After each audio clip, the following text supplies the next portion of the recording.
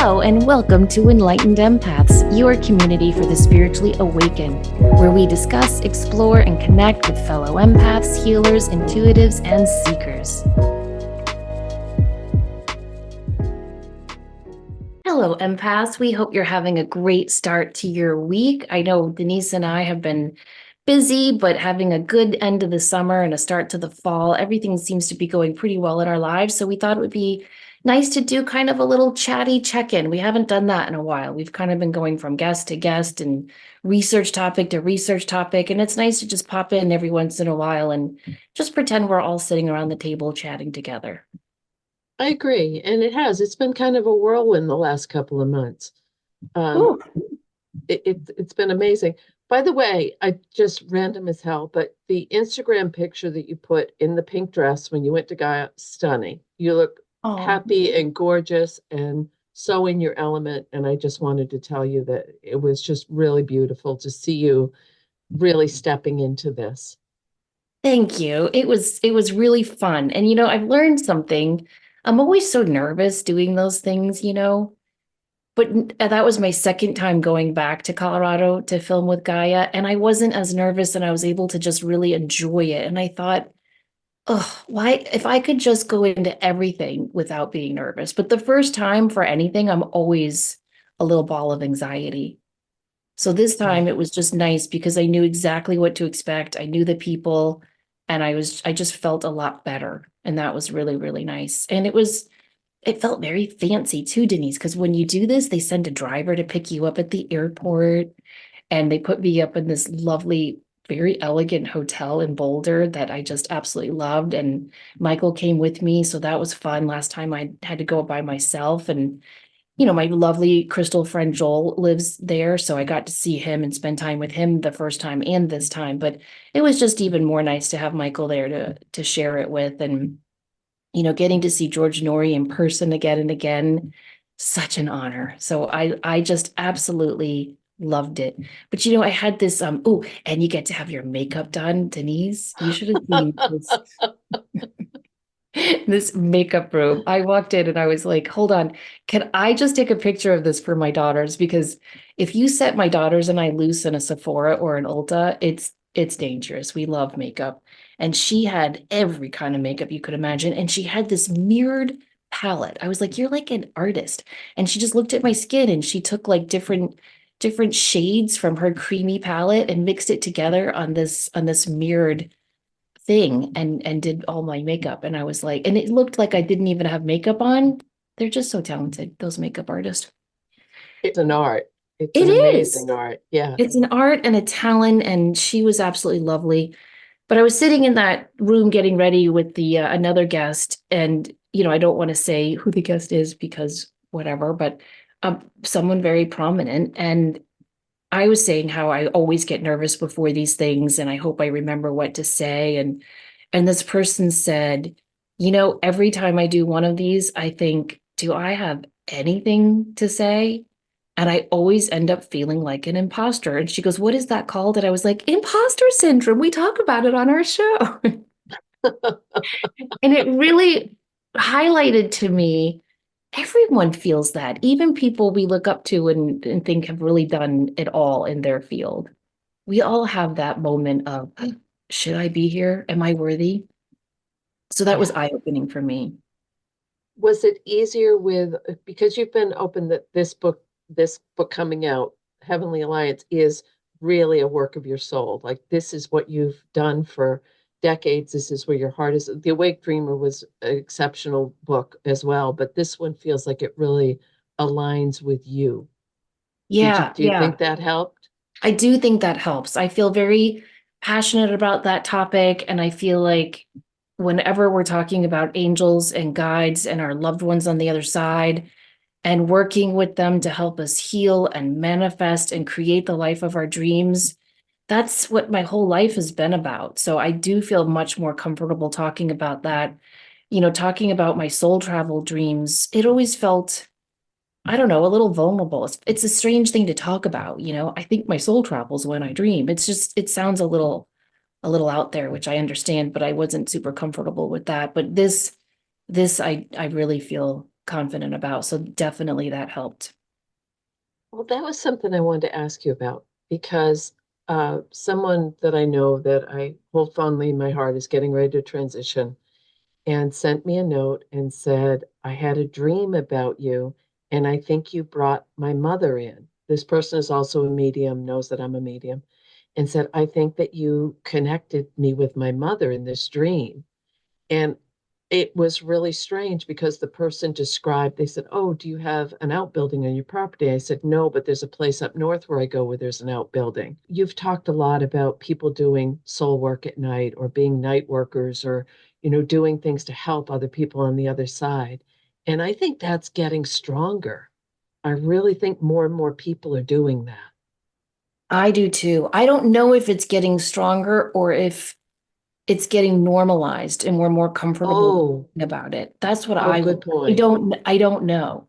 But I'm also wondering now that you say that, keep an ear out because what I noticed I would get emails from listeners who would say, I think you gave me a reading in my dreams. We were sitting at a restaurant and the ocean was beside us, or we were walking past the ocean, or we were drinking coffee at a cafe in front of the ocean. And so I called it my ocean cafe dreams. I'm wondering now if you're doing soul travel work and that's the place your soul goes to, I don't the one you were know. just talking about with the outhouse building. That's interesting. And Yeah. when I was doing the interview, the TV thing with Gaia, they played that clip. They played it in the first interview I did with them too. I have this clip of my dad talking, and I think I recorded it in three different sessions because sessions, that sounds awful. I would go and take my dad for like drives, to kind of break him free from the nursing home towards the end of his life. And sometimes he'd have these moments of lucidity that came out of nowhere. And if anyone's dealt with Alzheimer's, you'll know what I mean. Sometimes it would be 10 seconds where my favorite times is when well, actually, this is my worst moment. We were sitting at the nursing home eating dinner, and my father asked for a second chocolate milk. And I said, sure, Dad. And I get up and I go to one of the nurses and I said, hey, can he have another chocolate milk? And she goes, oh, no, we try to watch their sugar and he can't. I was like, no, my father did not work his entire life to be denied a fucking second chocolate milk. Are you kidding me? I was so Hmm. pissed.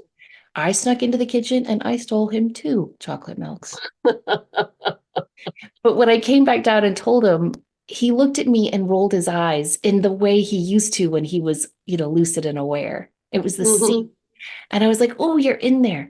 But anyway, he had a couple of moments and I recorded them where he talked about how every night he has a dream and he says, they take me.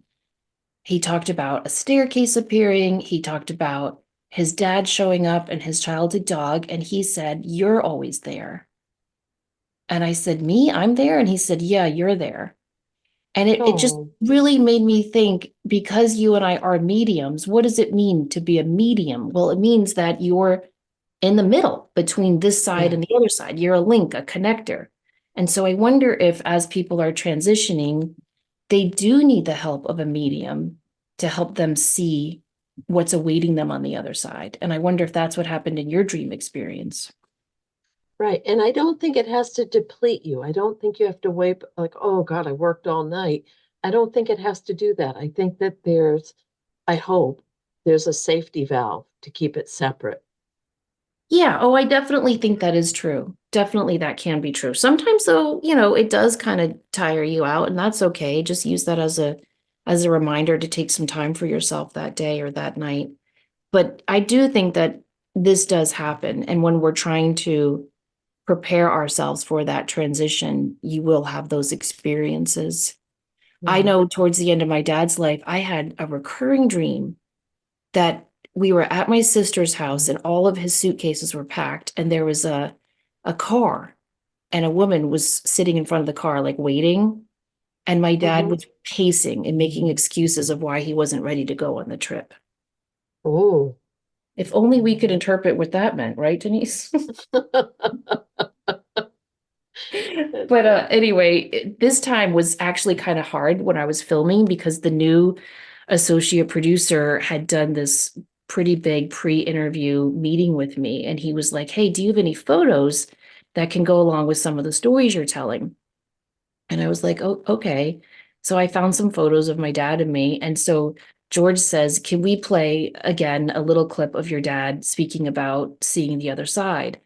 And so they played my dad's voice with a photo of him. And I'm just sitting there in the chair with the camera on me. And George goes, how does that make you feel? And I was like, Oh my goodness.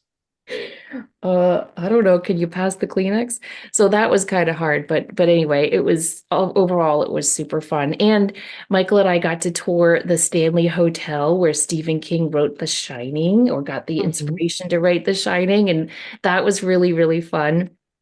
I did not see any ghosts. I did feel something in the billiards room, and the ghost tour lady said oftentimes if you take pictures in the mirrors you'll see something. And she showed us a bunch of photos with some really amazing stuff.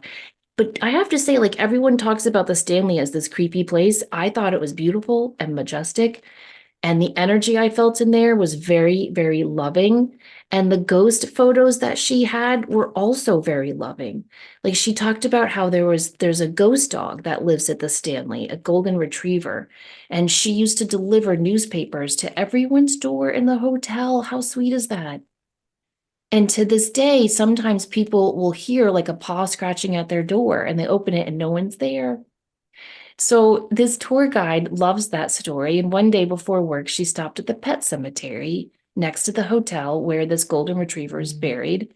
And she said, I just hope you know how much we appreciate you and love your stories, and you can always visit. That day, she's giving a tour and telling the story about taking photos in the mirror. And a practitioner of the tour took a photo of the leader, the tour guide, in the mirror. And Denise, you can see a golden retriever like on her back with its paws on her shoulders, like giving her a hug. Oh, Clear as day. It was so cool. So I loved touring that hotel. I loved being there, and I just did not feel anything negative. But what do I know? wow. That's incredible. And you got to see Joel? Yes, I got to see Joel and hang out with him, and that was super fun. And he got to meet Michael in person, so that was great. And we got to go to a bunch of crystal stores. I met this lovely man at a crystal store right off Pearl Street in Boulder.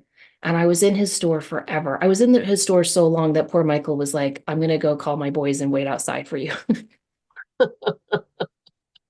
And I finally made my purchases. And I was talking to the guy, and the one stone I'm always looking for is manifestation quartz. And I cannot find a good manifestation quartz that I want. And that's when a little fully formed crystal is inside of a clear quartz crystal. And so it's called a manifestation quartz. Now, I have found penetrator quartz where the fully grown crystal inside the other crystal is like kind of sticking out, or bridge quartz, but to find an actual manifestation is very hard.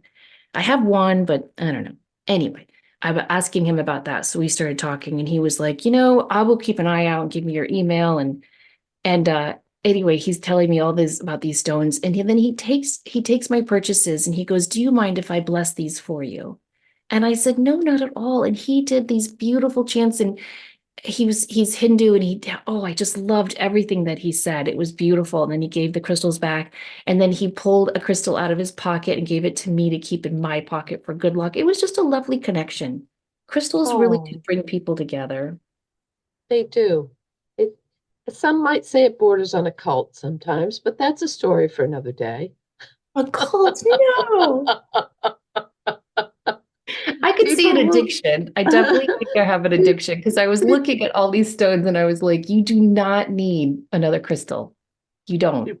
Yeah, but that's like telling me I'm not going to pick up a rock or a feather when I'm out walking the dogs. That's just going to happen. And I I, know. I I think for you that the joy and the level of knowledge you have about them, it goes back to that show we did about karmic relationships. I think you have a karmic relationships with people needing to know who those crystals really are. Maybe so. I I didn't think would of like it to that think way. so. Yeah. But it's And good that it went so well and was fun. It was. And Michael did some research that I thought was very sweet and found a crystal museum in Golden, Colorado. So we went there and I got to see, I mean, stunning pieces. And they had this whole section of people that did artwork with crystals. And that Hmm. was so cool. There was a journal made out of malachite. And I Oh, thought of you, Denise, because you're such a good journaler. And I yeah. thought, imagine having a malachite journal. I Wow. call malachite the drill sergeant of other crystals because it really toughens you up and helps you figure out all aspects of your shadow side. And I thought, what a great choice for a journal of Mm. self-reflection.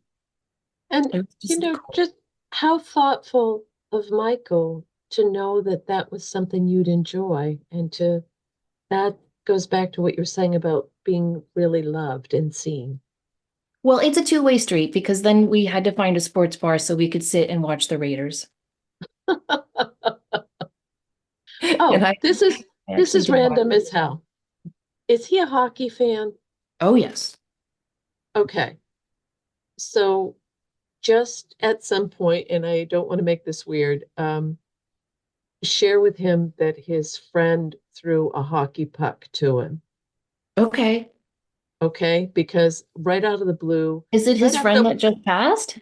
yes, out of the blue, right after we had gotten up, we had had a conversation about that, and you had gone up to the services, and I felt this energy of this man, and he had, and I wanted, because New York, and I wanted to, the whole Yankees, Red Sox rival thing, and he said no, and he like tossed a puck. And I wanted to ask if they were both big hockey fans. Yes. Okay, Okay. perfect. So sorry to do the drive-by on that, but I didn't want to forget. No, I'll definitely pass it on. I love your drive-by readings, Denise. Drive by me anytime.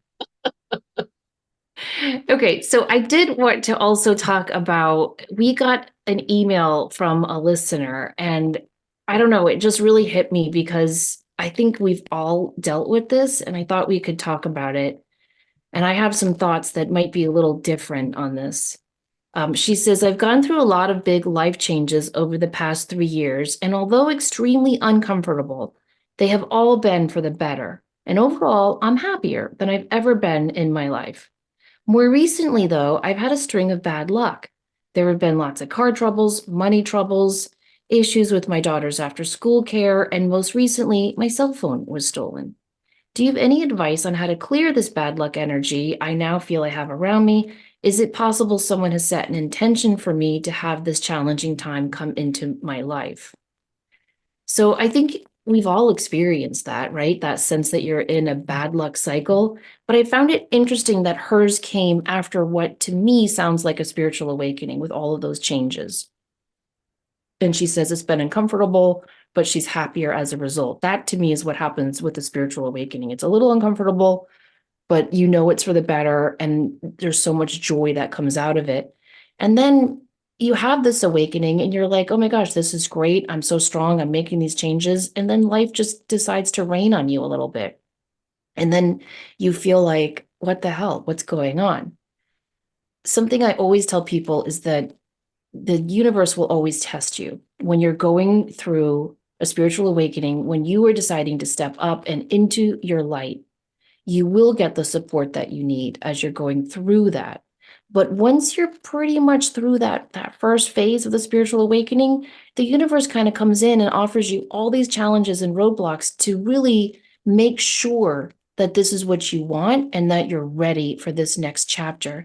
And I think it's our job to persevere through that illusionary bad luck cycle. So that's one answer I would have to that. And before I get to my second one, I just want to see if you agree with that or have anything you want to add. Well, I do. And I also think that if you've had a lot of challenges, if you've had a lot of consecutive strings of bad luck at any point in your life, when it starts to happen again, there is a deep, deep, deep rooted fear of, oh dear God, it's starting again. So if you've had a time of ease or you've had a time where things, and then all of a sudden it feels like everything is going wrong, it's just one thing right after another. There's some deep emotions connected with that that I think have to be valued and seen as well. Yes. Yeah, I agree. The other thing I want to say is that I've noticed in my life when I'm stressed out, when there's a lot going on around me and inside of me, and I feel pulled in all these different directions, things tend to go wonky in my life. Like my microwave will break, my dishwasher will go on the fritz, my AC will break, my website will shut down. Do you ever have that? Oh, yes. And it's not just Mercury retrograde stuff. No, no. No. And I'm not saying that we're all like these all powerful beings, although I think we might be. But I wonder if our energy is sending out these little shock waves. And that's why we have these, what we call bad luck. But really, it's our own kind of chaotic energy. Is it something trying to, or someone or energy, whatever, trying to get our attention and say, you're not paying attention. Here, how about now? Are you listening now? Because sometimes it's a wake-up call. Yeah, yeah, exactly. And it always reminds me to go back within and realign my balance, my inner balance, Yeah. and find that calm in my soul. And this person had said that they had been through a lot of big life changes, and then, it was uncomfortable, but then it got better. Is it that, when the wave goes out and then it comes back, is it that bungee cord we've talked about? The give and take. Are you sure this is what you want? Are you sure you've stepped out of this? We're going to give you one more little snippet of it, and then you're going to put it in the rearview mirror. And I've shared this so many times as well, but one of my favorite expressions is I've been to hell and this isn't it when things get bad. So if you Right. can find something that, if you've been in really difficult stuff, when those things start to happen again, you have a benchmark. I think too that the intensity of it, the timing, you mentioned this beautifully in a recent episode. Are you taking care of yourself? Are you drinking enough water? Are you sleeping? Are you eating well? Because sometimes the bad things that are happening can almost feel intensified and exaggerated, or even more difficult to deal with when we're not having the time, the energy to take care of ourselves. Yes. And to go easy on yourself. When she mentioned issues with her daughter's after school care, I mean, we remember that. That is so stressful. And something I used to always tell myself when my kids were young and I was feeling that chaotic stress of having to be everywhere at once, I would always say, Samantha, this is a season. Typical things just to break this, or again, being aware of it. That's always the number one thing. But getting grounded, taking the time to take care of yourself, deep breathing, protecting your auric field when you go out. Because the person that also asks, is it possible someone has set an intention for me to have this challenging time to come into my life? And that that's I do want do to I talk about that. yeah, please do, because I think people will sometimes wittingly or unwillingly send ill will to someone else? Very much so. Yeah. But And I think that's possible right. because But if it she's doesn't mean it's speaking, always the case. no, no, it could be all of the things that we're talking about. It could be, the universe stepping in to say, are you really ready for these big life changes? It could be you feeling a little chaotic inside because you're having to deal with so much of the outcome and the effects of these positive changes you're making for yourself and your family. And so you've got to get back to really that true honoring of self-care. And there could be a third component of people going, who does she think she is making these changes? It Hmm. could be jealousy, envy. It could be, if you left a relationship, that person could be sending you negative energy. And I think 99% of the time it's not intentional. I don't Right. think they're, going on Amazon and buying a voodoo doll. Remember that story I told you I heard on one of my favorite podcasts? And they were talking about like, I don't know, they were doing like call-in stories about revenge with your ex. And Hmm. this lady called in. It said that she went on Amazon and ordered a voodoo doll and put a pin in the voodoo doll's leg and like put her ex's name. And the next week he broke his leg. Oh, I don't like that. I don't like that. I don't like that at all. That's scary crap. So that's intentional. I think that's like less than 1% of the population. Yeah. But I do think that if you're thinking negative thoughts about someone or you're talking negatively about someone, I think that energy impacts that person. Okay. And this is a really good point because as empathic people, as sensitive people, as intuitives, sometimes what people are saying, they might say, "Oh, isn't that great news?" Or "I'm so proud of you," or "You're really encouraging," or "How does that work?" But underneath it, you feel the true intention.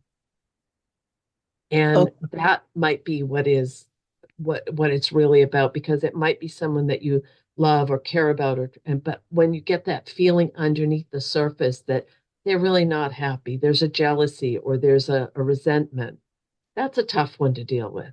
do you know what I read a couple of weeks ago? It was an article on the impacts of falling in love. One of the Oh, statistics said the average person loses 3 to 5 friends when they fall in love huh. because their single friends have a little bit of, about the happiness of their friend.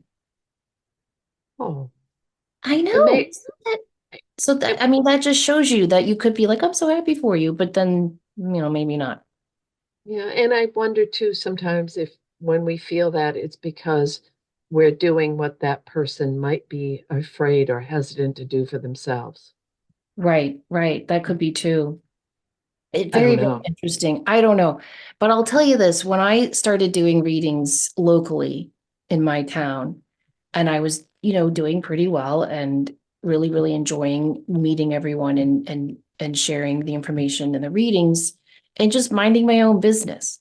And all of a sudden, I woke up one day and I had the worst pain in the middle of my back, which was really unusual for me. Like if I'm doing a Pilates class or something, I might pull something in my shoulders because I'm holding plank, or,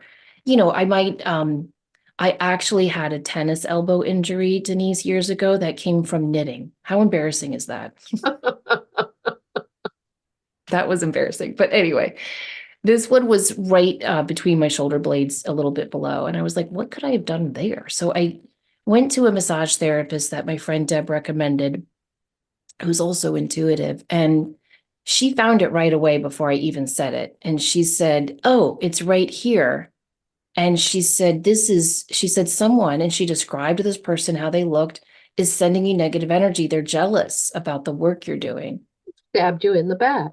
Yes. And it was a person who worked in the same office I was doing readings at. And I guess she wasn't doing as well as I was. And so I had to really, research and learn a lot about psychic protection. Because Wow. whenever I saw this person, she wasn't super nice to me, but she would smile and say hi. And I was so shocked. But how could this massage therapist in a different town know exactly what this woman looked like? Hmm. It was just, I don't know, it was very, very eye-opening. So I do think that her bad luck cycle could be a part of that, but I don't think it's all of it. So what do you do? What do you do? Well, I do think it's important to put up those psychic protection boundaries to work on, I like to visualize golden light going into my body. I usually do it in the shower when the water's pouring over me, and I just pretend that that is water from the heavens, and I breathe it into my body, and I ask and visualize that it's cleansing my chakras. I do try to ground my energy all the time, in the morning when I walk out to check the mail or water the plants. I'll just put my feet into the soil, and that helps a lot. And then when I get in the car to go out for the day, I visualize a different type of shield around my aura, depending on what I'm going into or how I'm feeling.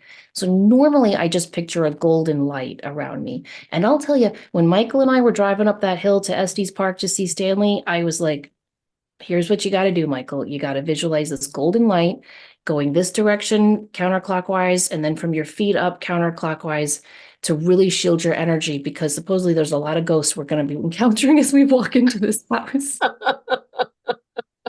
So I will usually do the golden light. But if I'm going into a situation where I want to be really, really protected, I'll picture myself in a disco ball of just mirrors, and I'm completely encased in a circle of mirrors so that anything that's coming at me is deflected.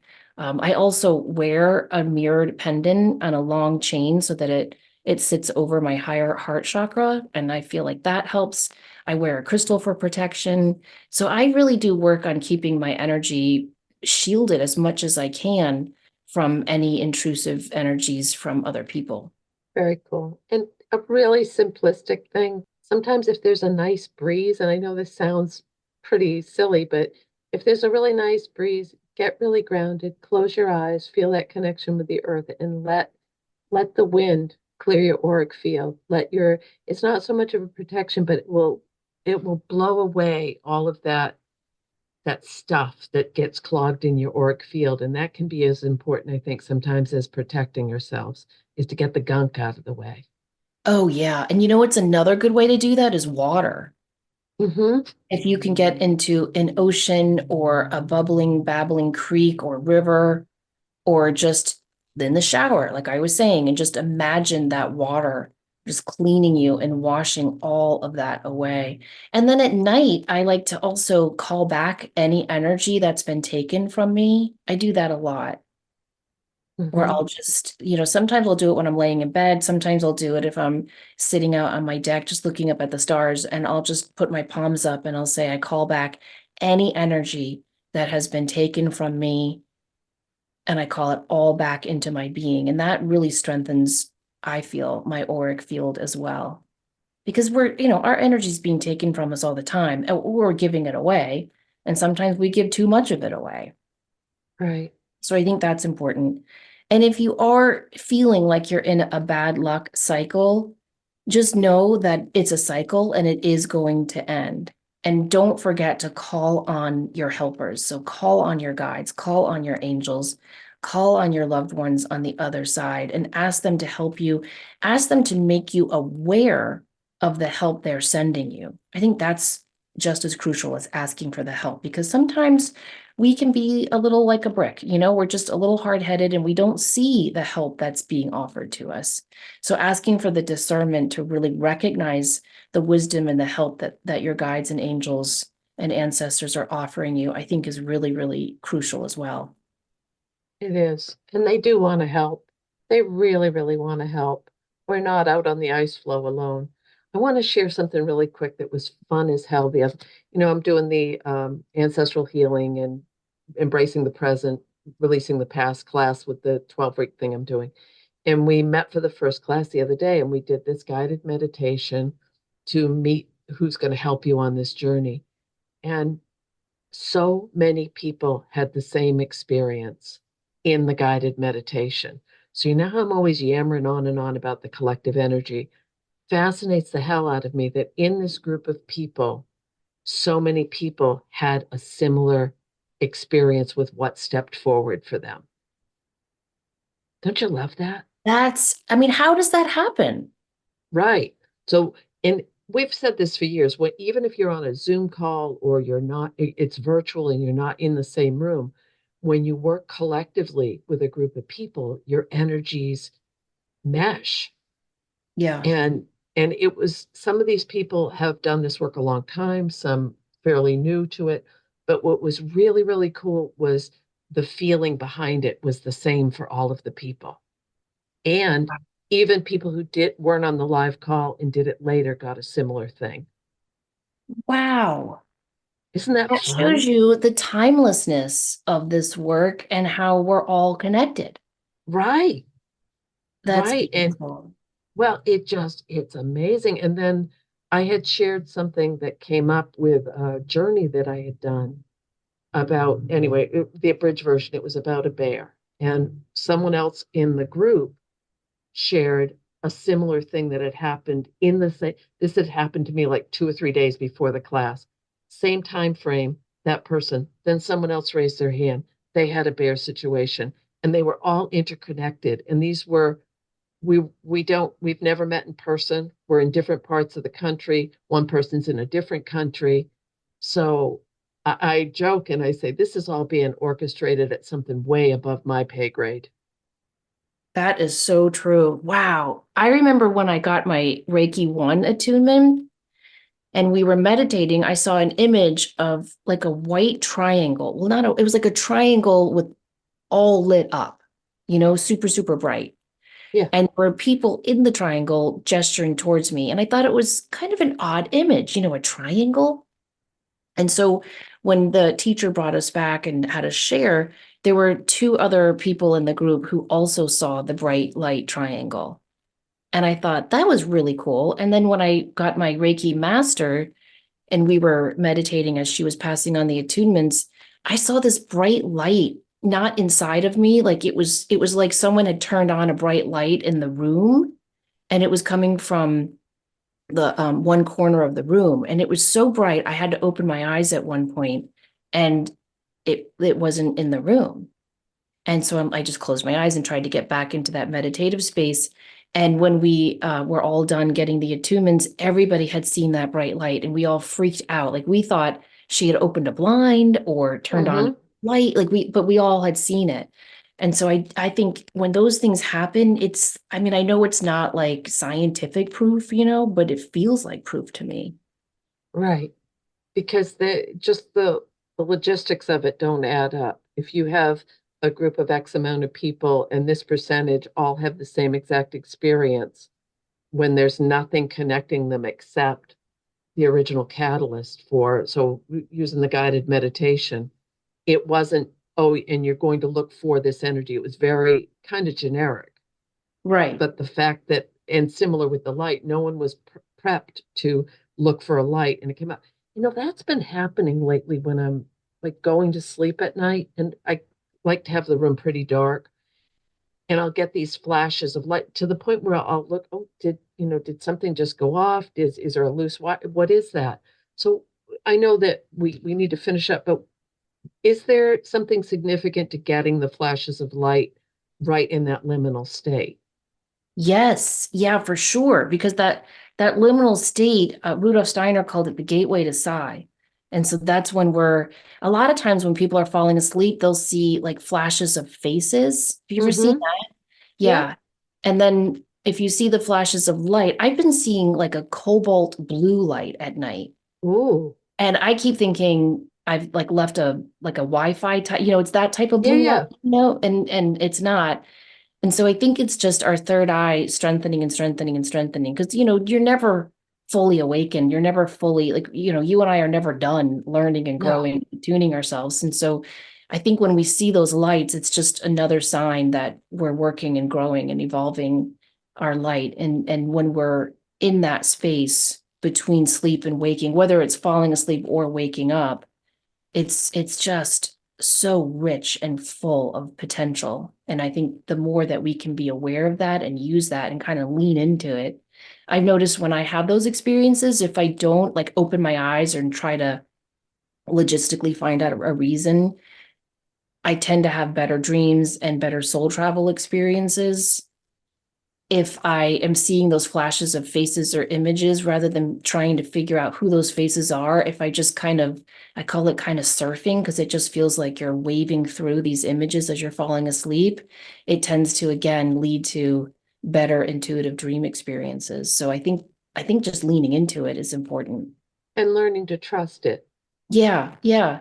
Same So, thing like if you have that ringing in one ear or that absence of sound in one ear, a lot of times I'll try to figure out like why is that happening. But if I don't do that, if I just surrender to it, usually in a couple of hours or maybe the next day, I'll get a download of information that's very spiritual and very helpful to whatever I'm working on in my life. so just to validate the hell out of that for you, the when I was waking up a few days before this thing with the people in the class, I saw the silhouette of a bear. Like in my mind's eye, I just saw the silhouette of a bear. And I thought, well, okay, that's nice. What am I supposed to do with it? And I heard, do a journey to the bear. So then I did. And when I shared that with the people in the group, that's when the other people validated their bear stuff. So was it somehow I see that as all interconnected and being orchestrated to bring people together in community, but also there's something about the energy of that that we all need right now. We do. And it makes me a little sad though, for so many past times in my life, at least, where I've gotten a message like that and haven't shared it because I don't know, maybe I'm embarrassed or I don't want to wave my intuitive flag at that moment. Have you ever done that where, Well, and you think about the 100%. missed opportunities, you know? Because that's exactly what I said. I want to preface this with I'm not being braggy pie pants and saying, oh, look what I can do. It's just I want to share. I got this message. I share what came through in the journey because I think there's a hesitancy. We don't want to feel like we're tooting our own horn. Yeah, yeah, exactly. And I think it's important to recognize that it's not tooting our own horn. It's sharing what's being given to us. And it's vulnerable. It's Yeah, very uncomfortable. it's vulnerable, but I also think it doesn't make us special. You No. know? It's like that story I read in I think it's in Testimony of Light or her second book. And it's about this man and he dies and he goes to the other side. His guides, he's freaking out because he died in an accident way too young and he wants his family to know he's okay and that there is life on the other side. And his guides are like, okay, we got to get this message through. But I don't know, I think his dad was like a minister, and so the guides are like, who in your family is open to this, that we can drop this message into either in a dream or a meditative experience. And he's like, no one. They're like, think, man, think. And he finally comes up with this aunt who had been open to this. I think she had maybe played with a Ouija board or done a seance. This was in the 1930s, I believe. And so they get the message through to her. And I don't know, that always stayed with me because I think, like, I'm not some special, amazing medium in North Carolina. I'm just one open mailbox, that they can Right. drop a message to. Oh, I love that. Oh, this has been Well, fun. This was a fun episode. this is fun. I think we should do this more. And thank you to our listener who sent in that question. And I just ask that listeners, since there is no time and since we are all connected, just send an intentional prayer or good thought to that listener, that any illusion of a bad luck cycle ends and that she gets some joy and some blessings in Yes, her life. And we are going to pray and intend that all of you listening here and now or years from now receive a blessing after listening to this episode as well, because we're all in this together. that we are. Thanks so much for listening. Remember, as always, to show up, do great work, and share your light. Take care.